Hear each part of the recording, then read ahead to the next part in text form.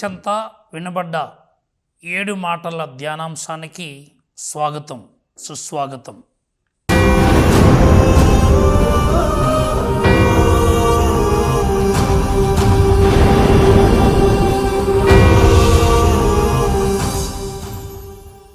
సిలువ చెంత వినబడ్డ 5వ మాట మార్కు శుభవార్త 15వ అధ్యాయము 35వ వచనం. దగ్గర నిలిచిన వారిలో కొందరు అది విని ఇతడు ఏలియాను పిలుచుచున్నాడు అనిరి. ఈ 5వ మాటను ఆధునికులు అనగా మోడ్రన్స్ వీరికి ఎప్పుడూ కూడా సంచలనం కావాలి, బ్రేకింగ్ న్యూస్ కావాలి. అటువంటి వాటినే వారు నమ్ముతారు. అటువంటి వారి కోసం, అటువంటి సంచలనాల కోసం వాళ్ళు 1000 కళ్ళతో ఎదురు చూస్తారు. ఇప్పుడే కాదు, అప్పుడు కూడా ఇటువంటి వారు ఉన్నారు. అయితే ఎందుకు వారు ఆ దారి దగ్గర నిలిచి ఉన్నారు? కారణం ఏమిటంటే, ఇతడు జీవించినప్పుడు ఈ శిలువ మరణానికి ముందు అనేకమైనటువంటి వాగ్దానాలు చేశాడు. నేను దేవుని కుమారుని అన్నాడు, నేనే జీవాహారం అన్నాడు. అటువంటి ఇతడు ఇన్ని కష్టాలు పడుతున్నాడు కదా. ఏలీ ఏలీ లేమా సబక్తాని అని అతడు అనేటప్పుడు వారు అనుకున్నారు, ఇతడు దేవునికి ప్రార్థన చేయట్లేదు, ఏలియాకి ప్రార్థన చేస్తూ ఉన్నాడు అని అనుకున్నారు. కానీ నా దేవా నా దేవా నన్ను ఏల విడనాడితివి అని అతడు తండ్రికి ప్రార్థన చేశాడు. ప్రియ క్రైస్తవ సహోదరి సహోదరులారా, ఇక్కడ మనము గమనించాలి, యేసు మానవులందరి పాపాల కోసము పాపముగా చేయబడ్డాడు. యెషయా గ్రంథాన్ని మనం ఒక్కసారి చూసినట్లయితే చాలా చక్కగా వాక్యం తెలియజేస్తుంది. యెషయా గ్రంథము 53వ అధ్యాయం ఒక్కసారి మనం చూస్తే చాలా క్షుణ్ణముగా తండ్రి దేవుడు మనకు యేసు ప్రభుని గురించి ముందుగానే మరి బైబిల్ గ్రంథములో రాయబడి ఉన్నది. యెషయా గ్రంథము 53వ అధ్యాయము 11వ వచనం. బాధలు ముగియగా అతడు మరలా ఆనందము చెందును, నీతిమంతుడైన నా సేవకుడు పెక్కుమంది దోషములను భరించెను. అతనిని చూచి నేను వారి తప్పిదములను మన్నింతును. అతడు తన ప్రాణములను అర్పించెను, దుష్టుడుగా ఎంచబడెను. పెక్కుమంది దోషములను భరించి వారి పాపముల పరిహారము కొరకు విజ్ఞాపనము చేసెను. కనుక నేను అతనిని గొప్పవానిని చేయుదును, అతడు గనులలో ఒకడుగా గణింపబడును. ఇక్కడ విజ్ఞాపన ప్రార్థన చేశాడు దేవునికి. ఏలీ ఏలీ లేమా సబక్తాని, నా దేవా నా దేవా నన్ను ఎందుకు విడనాడాడు, ఎందుకు నన్ను విడిచిపెట్టావు, ఎందుకు ఈ కష్టాలని ఒక మనిషిగా దేవునికి, తండ్రి దేవునికి ప్రార్థన చేస్తూ ఉన్నాడు. ప్రియా క్రైస్తవ సహోదరి సహోదరులారా, ప్రత్యేకముగా మనము గమనించాలి, ఫిలిప్పీలకు రాసినటువంటి లేఖలో కూడా పౌలు భక్తుడు అక్కడ ఉన్నటువంటి ప్రజలకు అంటూ ఉన్నాడు. ఫిలిప్పీ 2:17 వచనాన్ని మనం ఒకసారి ధ్యానం చేస్తే, మీరు జీవవాక్కును అంటిపెట్టుకుని వారి మధ్య ప్రకాశవంతమైన దీపికల వలె వెలుగొందుదురు. మీరు అట్లు చేసినచో క్రీస్తు దినమున మిమ్ము గూర్చి నేను గర్వించుటకు కారణము ఉండును. ఏలనా నా ప్రయత్నము కానీ కృషి కానీ వ్యర్థము కాలేదని అది నిరూపించును. ఇక్కడ యేసు ప్రభు కూడా తండ్రి దేవుని యొక్క చిత్తాన్ని అక్షరాల నెరవేరుస్తూ ఉన్నాడు. అందుకనే యేసు ప్రభు ఒక మాట అంటాడు మరలా, ఇట్ ఈస్ ఫినిష్డ్. అంతా సమాప్తమైనది. వీరు అనుకుంటున్నారు యేసుప్రభు చచ్చిపోతాడు, ఇతడు తనకు వచ్చినటువంటి పనిని పూర్తి చేయలేదని అనుకుంటున్నారు. కానీ మౌనముగా యేసుప్రభు రక్షణను సాధిస్తూ ఉన్నాడు. ప్రియ క్రైస్తవ సహోదరి సహోదరులారా, మరి యేసుక్రీస్తు ప్రభువు మరణించినప్పుడు కూడా ఆ దేవాలయము తెర మరి రెండుగా చీలిపోయింది. మరి దేవాలయానికి ఆ దేశానికి ముప్పు. కానీ ఇది క్రీస్తుని విశ్వసిస్తున్నటువంటి నీకు నాకు కూడా దేవుని యొక్క కృప, దేవుని యొక్క ప్రేమ, దేవుని యొక్క దీవెన, దేవుని యొక్క రక్షణ మనకు అంచెలంచెలుగా అధికముగా అనంతమైనదిగా వస్తూనే ఉంది. కనుక ప్రియ క్రైస్తవ సహోదరి సహోదరులారా, యేసుక్రీస్తు ప్రభు మన కోసం, మనందరి యొక్క పాపముల కోసం పాపముగా ఎంచబడి వీరు ఈ బైస్టాండర్స్ లేక ద మోడ్రన్స్, ఆధునిక తెలివితేటలతో ఉన్నటువంటి వీరు దేవుణ్ణి అనేక విధాలుగా బాధ పెట్టారు, అర్థం చేసుకోలేకపోయారు. ముఖ్యంగా మనము మరి మన కష్టాలు బాధలు మనకు వచ్చేటప్పుడు మనము దేవుణ్ణి ప్రార్థన చేస్తూ ఉన్నామా, లేక దేవుణ్ణి నిందిస్తూ ఉన్నామా? ఆ దొంగవాడు ఏ విధముగానైతే దేవుణ్ణి నిందించాడో, మరి అక్కడ ఉన్నటువంటి కొంతమంది సైనికులు ఏ విధముగానైతే యేసుప్రభుని అర్థం చేసుకోకుండా కష్టములో నోటి మాట ద్వారా సహాయం చేయకుండా ఇంకా యేసుప్రభుని బాధించారు. కానీ యేసుప్రభు వారిని క్షమించాడు. అటువంటి మంచి మనస్తత్వం కలిగినటువంటి యేసుప్రభుని మనం అనుసరిస్తున్నాం. కనుక మనకు కష్టాలు వచ్చేటప్పుడు, మనకి ఏదైనా సమస్యలు వచ్చేటప్పుడు, మన మీద నిందలు వచ్చేటప్పుడు మనము కృంగిపోకుండా దేవుని వలె, యేసుప్రభు వలె తండ్రి దేవునితో అంటు కట్టబడి జీవించాలి. అలాంటప్పుడే మనము ఇహలోక శోధనలను, బాధలను, కష్టాలను ఎదుర్కోగలుగుతాము. ప్రియ క్రైస్తవ సహోదరి సహోదరులారా, ఈ ఆధునికులు ఎప్పుడూ కూడా ఎటువంటి వారంటే దేవుని యొక్క ఆలయాలకు, పండగలకు మాత్రమే వెళతారు. పండుగ క్రైస్తవులు లేక పండుగ విశ్వాసులు వారి యొక్క పిల్లలను ఆదివార దినాలలో దేవుని యొక్క సన్నిధికి పంపించరు, సత్యోపదేశ క్లాసులకు పంపించరు. కానీ సినిమాలకు, షికార్లకు, పబ్బులకు, క్లబ్బులకు పంపించి వారు అనుకుంటారు మాకు కారులు ఉన్నవి, మాకు ధనం ఉంది, మాకు ఆస్తి ఉంది, మాకు అందం ఉంది, మాకు అంతస్తు ఉంది, మాకు విద్య ఉంది, కనుక మేము ప్రపంచంలో ఈ సంఘములో మేము గొప్పవారము, అభివృద్ధి చెందినవారము అని అనుకుంటారు. వారి యొక్క జీవితాన్ని దేవునికి కాకుండా ఇహలోక శక్తులకు, ఇహలోక వ్యక్తులకు, ఇహలోక భోగభాగ్యాలకు మరి సమర్పించుకుంటున్నారు. ప్రియ క్రైస్తవ సహోదరి సహోదరుడా, ప్రభువు జీవించే కాలంలో కూడా ఇప్పుడు నేను చెప్పాను కదా, ఇటువంటి వారు అప్పుడు కూడా ఉన్నారు.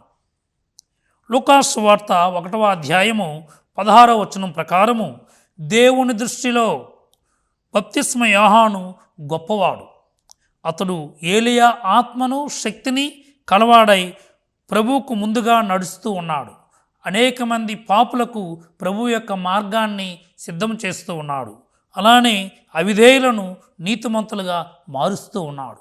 కానీ అటువంటి వ్యక్తిని నిందించారు, దేవుడి నుంచి వచ్చిన వాడని గ్రహించలేకపోయారు అలనాటి ఈ పెద్దలు. అందుకనే బప్తిస్మ యోహాను వారు తిరస్కరించారు. అదే యేసుప్రభు అడుగుతూ ఉన్నారు. అతడు బప్తిస్మ యోహాను ఎడారిలో ఉంటూ ఉన్నాడు, పుట్టతేనును తింటూ ఉంటే మీరేమన్నారు? ఇతడు ప్రజలందరికీ దగ్గరగా లేడన్నారు. మరి మనుష్య కుమారుడైన నేను ప్రజలతో ఉంటే, పాపులతో ఉంటే, వారితో తింటే మీరేమంటున్నారు? భోజన ప్రియుడు అంటున్నారు. కనుక మీరు చేస్తున్నది, మీ మాటలు తప్పు అని యేసుప్రభు అలనాడే ఖండించున్నారు. మరి ఇప్పుడు ఈ కష్టములటువంటి వీరు ప్రత్యేకముగా యేసుప్రభుని అవమానపరిచే విధముగా మాట్లాడుతూ ఉన్నారు. వీళ్లకు సిలువ లేని క్రీస్తు కావాలి. ఈ మోడర్న్ పీపుల్గా ఉన్నటువంటి మనము కూడా ఈరోజు మనకు మోక్షము కావాలి, కానీ కష్టాలు వద్దు, శ్రమలు వద్దు. మనం మంచి పరీక్షల్లో మంచి మార్కులు, ర్యాంకులు కావాలి, కానీ మనం మనసు పెట్టి చదవము. కనుక ప్రియ క్రైస్తవ సహోదరి సహోదరులారా, వారికి లిల్లీ పువ్వులు కలిగినటువంటి క్రీస్తు కావాలి. ఈ చేతులకి మేకులు కొట్టబడిన క్రీస్తు అవసరం లేదు. ఇటువంటి విధముగా సుఖముగా ఉంటూ ఆ యొక్క రక్షణ భాగ్యం రావాలంటే అది రాదు. అందుకనే నేను అంటాను, నీ ఆత్మ రిచ్గా ఉండాలంటే నీవు ఖర్చు పెట్టాలి. అది సమయం కావచ్చు, డబ్బు కావచ్చు, మోకాళ్ళు వంచి ప్రార్థన కావచ్చు, ఇంకా దేవుని యొక్క సువార్త కోసం ఈ ప్రాంతం నుంచి మరొక ప్రాంతానికి, ఈ ప్రాంతం నుంచి మరొక దేశానికి నీవు వెళ్ళటానికి సిద్ధమా? చాలాసార్లు మనము షార్ట్ కట్లు చూస్తూ ఉంటాం. దేవుని యొక్క రాజ్యము చేరాలంటే నీవు రిస్క్ తీసుకోవాలి, నీవు ఖర్చు పెట్టాలి. అప్పుడే నీ ఆత్మ దేవునిలో రిచ్గా ఉంటుంది, దేవునిలో సంతోషపడుతుంది. నా ఆత్మమా తినుము త్రాగుము అని ఆ యొక్క ధనికుడు అంటూ ఉన్నాడు. కానీ దేవుడేమంటున్నాడు కలలో కనిపించి, ఇదిగో ఓ ధనవంతుడా, నీవు అనుకుంటున్నావు నీ ఆత్మను నేను ఇప్పుడే తీసుకెళ్ళిపోతానంటే అప్పుడు ఆ యొక్క ధనవంతుడు తన ఆత్మకు బదులుగా దేవునికి ఏమి ఇయ్యగలడు?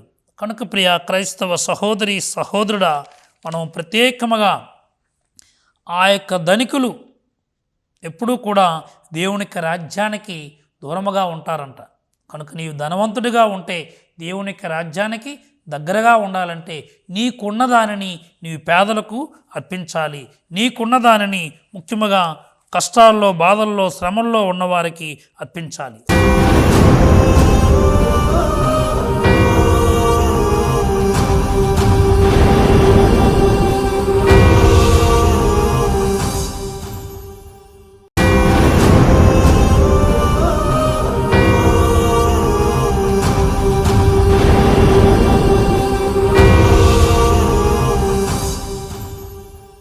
ముఖ్యంగా వాక్యాలను ఒక్కసారి మనం చూద్దాం. యేసు ప్రభు చెప్పినటువంటి మత్తయి సువార్త 25వ అధ్యాయము తుది తీర్పులో మరి మనుష్య కుమారుడు సమస్త దూతల సమేతముగా వచ్చేటప్పుడు, మహిమతో వచ్చినప్పుడు, మహిమాన్విత సింహాసనపు ఆసీనుడు అయినప్పుడు, అప్పుడు సకల జాతుల వారు కూడా ఆయన దగ్గరకు తీసుకుని రాబడతారు. అప్పుడు గొర్రెల కాపరి మేకలను గొర్రెలను కూడా వేరుపరిచి అక్కడున్నటువంటి మంచివారితో, అనగా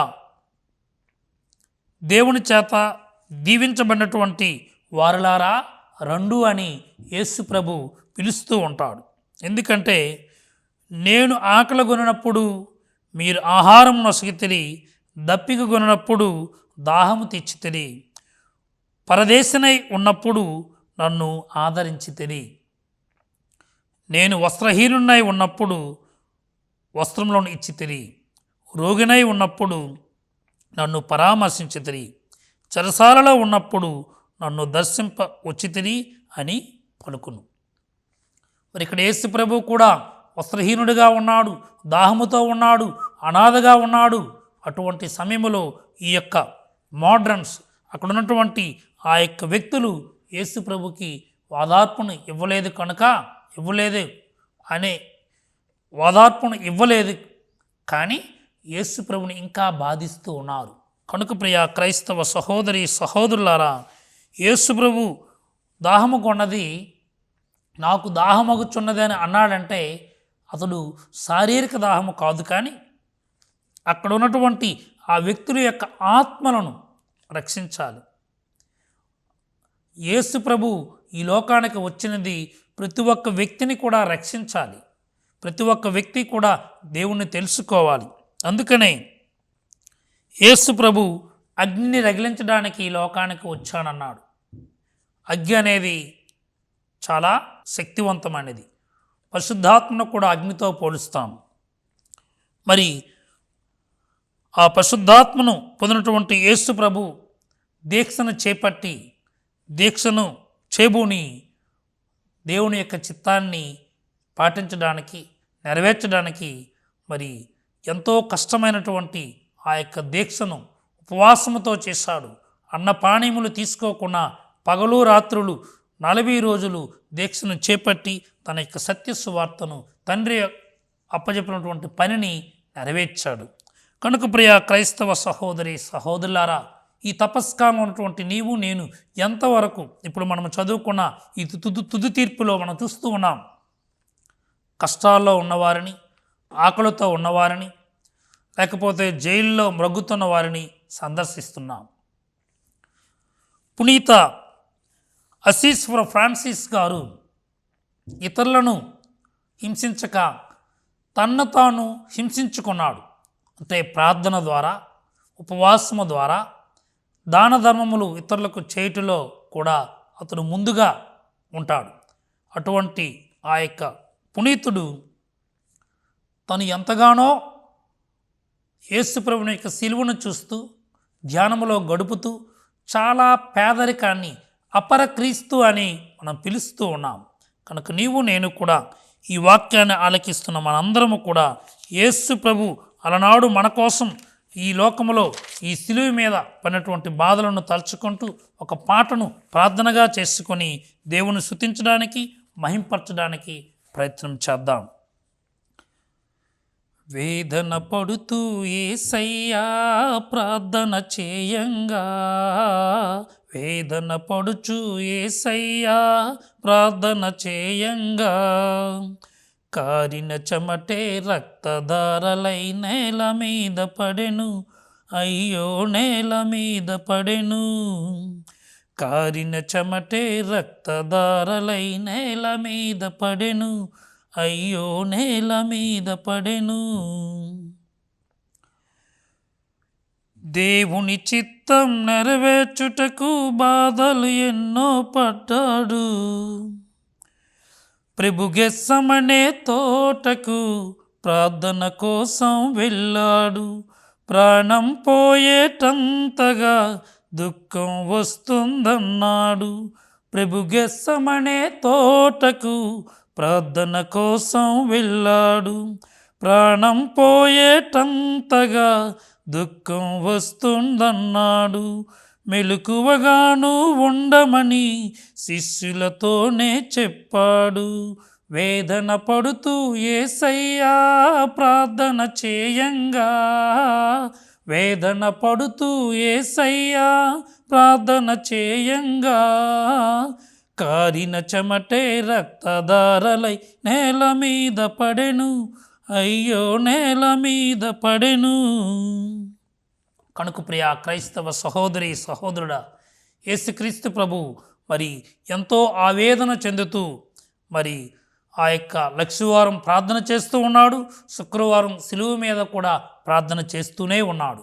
కనుక యేసుప్రభే మనకు ఆధారం, యేసుప్రభే మనకు సౌభాగ్యం, యేసుప్రభే మనకు ఒక కోటగా ఉంటూ ఉన్నాడు. కనుక నీవు పాపిగా ఉన్నావా, రోగిగా ఉన్నావా, యేసుప్రభుని అనుసరించు. నీ పాపముల కోసము నీవు మనస్ఫూర్తిగా ప్రార్థన చేయు. అప్పుడు తప్పకుండా పాపుల కోసం వచ్చినటువంటి ఆ ప్రభువు నిన్ను నన్ను కూడా కాచి కాపాడుతాడు. కనుక ప్రియ క్రైస్తవ సహోదరి సహోదరుడా, నీవు యేసు ప్రభుని లోక రక్షకునిగా, లోక కళ్యాణము కోసం, లోక రక్షణార్థం సిలువ మీద మరణించి మనందరినీ కూడా పరలోకానికి తీసుకుని వెళ్ళే గొప్ప నాయకునిగా, నావికునిగా, బోధకునిగా, నీ స్నేహితునిగా నీవు స్వీకరించాలి. మరి ఈ తపస్సుగా ఉన్నటువంటి నీవు నేను కూడా ప్రత్యేకముగా యేసు ప్రభు మన కోసం అనుభవించిన కష్టాలను, బాధలను, శ్రమలను ధ్యానము చేస్తూ ఉండాలి. ముఖ్యంగా ఈనాటి ప్రపంచంలో అనేక మందిము కూడా మన యొక్క జీవితాన్ని దేవునికి సమర్పించాలని అనుకుంటాం. మన యొక్క నడవడిక దేవునికి ఇష్టమైనదిగా ఉండాలని అనుకుంటాము. కానీ ప్రత్యేకముగా మనకి చిన్న చిన్న సమస్యలు వచ్చేటప్పుడు దేవుణ్ణి విడిచిపెడుతూ ఉంటాం. కొంతమంది ఈ చర్చిని విడిచిపెట్టి మరొక చర్చికి వెళ్తారు, ఆ చర్చిని విడిచిపెట్టి మరొక చర్చికి వెళ్తారు. ఒక వలస పక్షులు ఏ విధముగానైతే ఒక ప్రదేశానికి కొన్ని రోజులు ఉంటాయి, మరలా ఆ యొక్క కాలం గడిచిన తర్వాత మరొక ప్రదేశానికి వెళతాయి. కనుక నీవు వలస పక్షివి కాదు.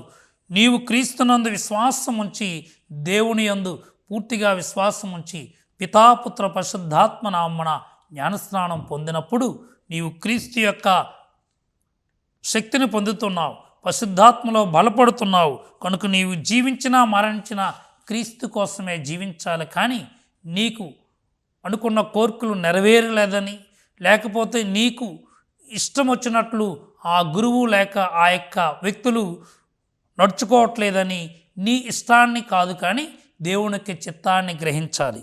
ఇక్కడ పౌలు గారు కూడా తన యొక్క జీవితాన్ని ఆత్మపరిశీలన చేసుకున్నాడు. ఆత్మపరిశీలన చేసుకొని నేను పాపిగా ఉన్నను, నన్ను తన యొక్క అపోస్తునిగా తన యొక్క ప్రియమైన శిష్యునిగా చేసుకొని దేవుడు నన్ను తన యొక్క శక్తితో నడిపించాడు. కనుక నేను జీవిస్తున్నది నేను కాదు, క్రీస్తే నాలో జీవిస్తున్నాడు, నేను పాపుల్లో ప్రథముణ్ణు అని ఒప్పుకున్నాడు. కనుక మనము తప్పు చేస్తే దేవుని ముందు ఒప్పుకోవాలి. అప్పుడు మన యొక్క ఆత్మకు ప్రశాంతత ఉంటుంది. అలానే నీవు నేను కూడా మరొక విషయాన్ని గమనించాలి. ఇతరులను మనము నిందించేటప్పుడు నీవు అదే స్థితిలో ఉన్నావా, నీవు అదే పాపంలో నీవు ఉన్నావేమో. నీవు ఒక వ్యక్తికి ఇలా చేయి చూపించేటప్పుడు, వేలు చూపించేటప్పుడు నీ వైపు 4 వేలు చూపెడుతున్నాయి. కనుక ఇక నుంచైనా మన యొక్క అనుదిన జీవితంలో, మన స్త్రీ సభలో ఒక సభ్యునిగా ఉన్నటువంటి నీవు నేను కూడా ఎంతవరకు క్రీస్తు ప్రభు యొక్క శ్రమలలో పాలు పంచుకుంటున్నావు, క్రీస్తు యొక్క కష్టాలలో, క్రీస్తు అనుభవించిన ఆ శ్రమలలో నీవు జీవిస్తూ ఉన్నావు, ధ్యానం చేస్తూ ఉన్నావు. ప్రభువా, నన్ను నీ గాయముల్లో దాచుకొనండి అని ఇగ్నేషియస్ గారు ప్రార్థన చేశారు. మరి నీవు నేను కూడా అటువంటి విధముగా నీవు దేవునికి నీ యొక్క ఆత్మను సమర్పించుకుంటున్నావా? ఆత్మపరిశీలన చేసుకొని ఈ లోకంలో నీవు జీవిస్తున్న ప్రతి క్షణము కూడా దేవుని యొక్క సన్నిధికి నీ ఆత్మ వచ్చే విధముగా, నీవు ఇప్పుడే మరణిస్తే దేవుని సన్నిధికి చేరే విధముగా నీ యొక్క ఆత్మను నీవు రక్షించుకోవాలి. అదే దేవుని యొక్క కోరిక, అదే నీ యొక్క లక్ష్యము కావాలి. దేవుడి యొక్క వాక్యాన్ని ఆలకిస్తున్న ఈ దివ్యవాణి ప్రేక్షకులను ప్రతి ఒక్కరిని ఆశీర్వదించి కాచి కాపాడునుగాక. దేవుడు మేము సదాకాలము తన యొక్క రెక్కల నీడలో దీవించి కాచి కాపాడునుగాక. ఆమెన్.